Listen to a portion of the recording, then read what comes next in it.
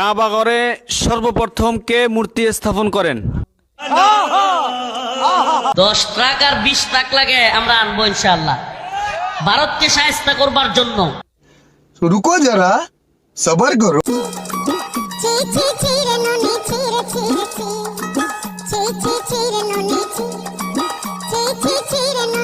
हाय हाय इतना सुकून। পুরো ভারতকে মানচিত্র দেখে মুছে দেবো। হ্যাঁ ওরে বাবা আবার গ্যাসের ওষুধ খেতে ভুলে গেছে। আমাদের মতো এত অসভ্য জাতি আমি আর মনে হয় না যে বহির্বিশ্বে এরকম অসভ্য জাতি আছে।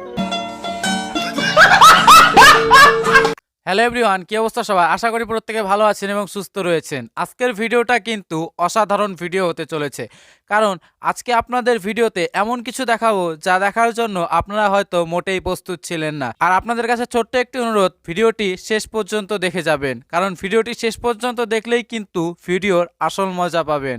চলুন তাহলে আর কথা না বাড়িয়ে ভিডিও শুরু করা যাক। কাবা ঘরে সর্বপ্রথম কে মূর্তি স্থাপন করেন? কত? Abdul Muttalib. Abdul Muttalib. এটা সঠিক হয় নাই। গাইস হুজুর এগুলো কি বলছে? ইব্রাহিম আলাইহিস সালাম। ইব্রাহিম আলাইহিস সালাম, এটাও সঠিক হয় নাই। গাইস একটা কথা, আমরা কিন্তু প্রত্যেকেই জানি যে সত্য কখনোই চাপা থাকে না। আর আজকে কিন্তু তার প্রমাণ আমরা আরেকবারও পেয়ে গেলাম এই হুজুরের মুখ থেকে। কাবা ঘরে সর্বপ্রথম কে মূর্তি স্থাপন করেন? এতদিন থেকে ইসলাম ধর্মের মৌলা মৌলবী থেকে হুজুররা তারা কিন্তু চেয়েছে যে সত্যটাকে চাপিয়ে রাখার জন্য, কিন্তু এই যে মুসলিম ব্যক্তি, এই যে মৌলানা, এই যে হুজুর, এনার মুখ থেকে কিন্তু এবার সত্যিটা বেরিয়েই পড়ল যে কাবা ঘরে কে প্রথম মূর্তি স্থাপন করেছিল। এ থেকে কিন্তু প্রমাণ হয় যে কাবা ঘরে মূর্তি আছে। যারা হিন্দু মানুষ তারাই তো কাবা ঘর বানিয়েছে। মোহাম্মদ সাল্লাল্লাহু আলাইহি সাল্লামের বাপ চাচাকে মুসলমান হয়েছিল, ওরা তো সব পত্তলিক, মূর্তি পূজা করত। ওদের নিঃসন্দেহে তুই ঠিক কথা বলেছিস। হয়ে গেল এত বড় ভালো।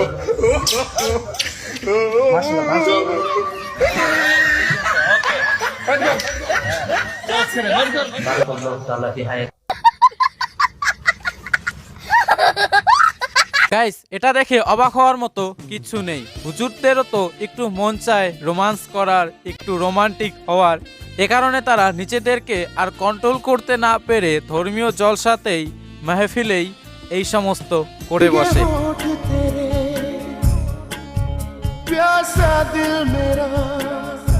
সুটিয়ে লাল করে দেবো, নোংরামি বার করে দেবো। লুকিং ফর শত্রুস বের হয়ে গেছে। 10 ট্রাক আর 20 ট্রাক লাগে আমরা আনবো ইনশাআল্লাহ ভারতকে শায়েস্তা করবার জন্য। আজকে একটা খুশি সংবাদ আছে, ভারতের জন্য বড় ভয়াবহ দুঃসংবাদ এটা। আমার নেত্রকোনার কৃতি সন্তান Lutfuzzaman Babar, we are looking for শত্রুস বের হয়ে গেছে। নেত্রকোনার লৌহ মানব, সাহস আছে। 10 ট্রাক আর 20 ট্রাক লাগে আমরা আনবো ইনশাআল্লাহ ভারতকে শায়েস্তা করবার জন্য। Are you comedy me? Guys এই দেড় ব্যাটারি বাইংটা হুজুরের কথা শুনলেন? এই দেড় ব্যাটারি বলছে ভারতের সাথে যুদ্ধ করবে, 1 টাক অস্ত্র লাগুক বা 2 টাক অস্ত্র লাগুক তারা নিয়ে আসবে। গাইস কথায় আছে না, পিপিলিকার পাখা গজায় মরিবার তরে, সেম অবস্থা কিন্তু হয়েছে এই হুজুরদের, বিশেষ করে এই ধরনের দেড় ব্যাটারি হুজুরদের। সঠিক বলেছেন। গাইস এই হুজুরের লাফালাফি দেখে আপনারা নিশ্চিত হয়ে যান যে এই হুজুরেরও পাখা গজাচ্ছে আমাদের মতো ভারতীয়দের কাছ থেকে পেছনে বাস নেওয়ার জন্য। সঠিক বলেছেন। আমরা ভারতীয়রা তো এই সমস্ত হুজুরদের জন্য রয়েছি। আর বাংলাদেশের যোগ্যতা কি ভারতের কাছে? আসুন সেটাও দেখে নেই যে কোথায় ভারত আর কোথায় বাংলাদেশ। বাংলাদেশের সেনা সংখ্যা 6.5 লক্ষ, সেখানে ভারতের সেনা সংখ্যা কোথায়? ডবলের ডবল, অর্থাৎ 51 লক্ষ। এখানেই শেষ নয়, আরো তথ্য দিয়ে আপনাদেরকে। বায়ুসেনা সেখানে 17,000, বাংলাদেশের যেখানে রয়েছে সেনা, সেখানে ভারতবর্ষের সেনার সংখ্যা দেখুন 3,11,000। এরপরও বাংলাদেশ স্বপ্ন দেখছে যে ভারতের সঙ্গে লড়াই। গাইস এটা দেখার পর আমি তো একটা কথাই বলতে চাই, কোথায় কাশ্মীরি উল আর কোথায় বগলের চুল?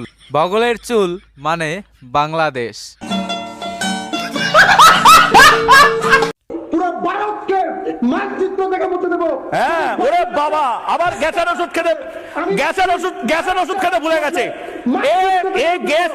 আমি তো আমার গ্যাস টিমের সৌমি, দেবরাজ, মনীষা প্রত্যেককে বলবো প্রতিদিন গ্যাসের ওষুধ প্রথমে দিতে।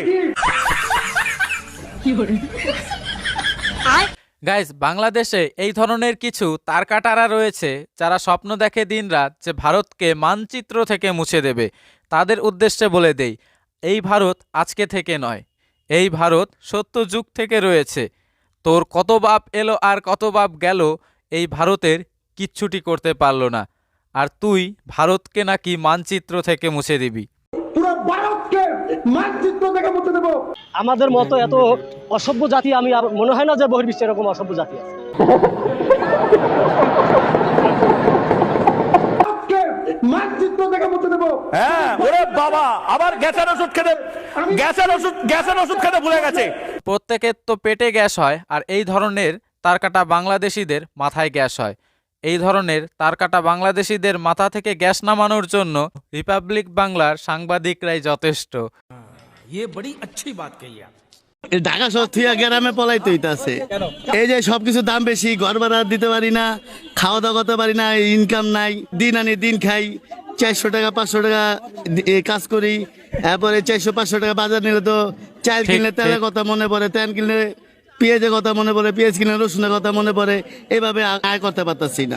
আজকাল যেখানে সোশ্যাল মিডিয়া খুললেই দেখা যায় যে বাংলাদেশিরা ভারতকে ঘৃণা করছে, ভারত বিদ্বেষ চরম লেভেলে পৌঁছে গিয়েছে, সেই অবস্থায় দাঁড়িয়ে এই ধরনের ভিডিওগুলো কিন্তু অবাক করার মতো হলেও কিন্তু এই ভিডিওগুলো সত্য যে বাংলাদেশের ভেতরকার পরিস্থিতি কিন্তু খুবই জটিল, খুবই খারাপ। সেই পরিস্থিতিগুলো কিন্তু সোশ্যাল মিডিয়ার মাধ্যমে প্রকাশ পেতে পাচ্ছে না, শুধু প্রকাশ পাচ্ছে হুজুর, মস্তান, দালালদের নোংরামি।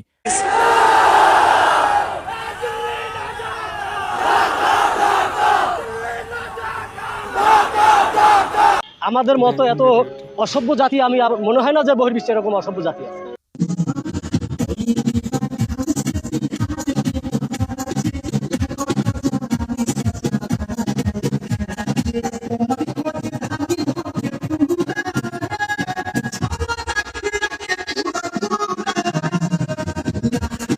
हाय हाय, इतना सुकून।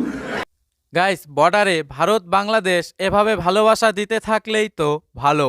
মানে বাংলাদেশ এভাবেই ভারতের কাছ থেকে ভালোবাসা নিতে থাকুক, আর হুজুর, মৌলানা, পটাশিয়ামদের জন্য তো আপনার আমার মতো সাধারণ মানুষেরা আমরা রয়েছি বাংলাদেশকে শায়েস্তা করার জন্য। আমরাও চাই যে ভারত এভাবেই বর্ডারে বাংলাদেশকে ভালোবাসা দিতে থাকুক, আর প্রয়োজন হলে যেটা করার সেটা করুক। আশা করি আপনারা বুঝতেই পারছেন। নাম দিয়েছি স্বাস্থ্য সাথী, নিভিয়ে দিয়েছি জীবনবাতি, চোখ কিডনি দেহ শিশুর জীবন সহ। নাম দিয়েছি লক্ষ্মী ভান্ডার, যার জিনিস তাকেই দিলাম, তলায় তার ছেঁদা ভান্ডার। নাম দিয়েছি বার্ধক্য ভাতা, বিধবা ভাতা, কেড়ে নিয়েছি জমি সম্পত্তি সকল খাতা। নাম দিয়েছি কন্যাশ্রী, রূপশ্রী, সংসার চালাতে মেকআপ করে চলেছি দেহ বিক্রি। নাম দিলাম যুবসাথী, যুবতী সাথী, চাকরি চাইতেই হাত পাতলে পোঁদে মারছি একটা লাথি। কাঁদবো না যদি আমার সন্তানটা হতো। গাইস, এটা নিয়ে আমি বেশি কিছু বলতে চাই না, বেশি কিছু বললেই তো আবার বিপদ, আবার না জানি ঢুকিয়ে দেবে ভেতরে।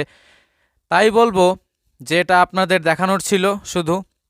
এটা নিয়ে অনেক কিছু বলার থাকলেও বলতে পারছি না, কারণ বর্তমানে বুঝতেই পারছেন আমাদের রাজ্যের পরিস্থিতি।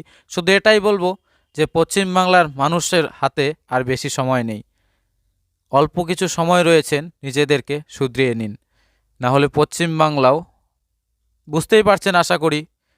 তো যাই হোক, ভিডিও শেষে এটাই বলার ছিল, প্রত্যেকে ভালো থাকবেন, আর ভিডিওটি একটু শেয়ার করে দেওয়ার চেষ্টা করবেন। দেখা হচ্ছে পরের ভিডিওতে, ভালো থাকবেন।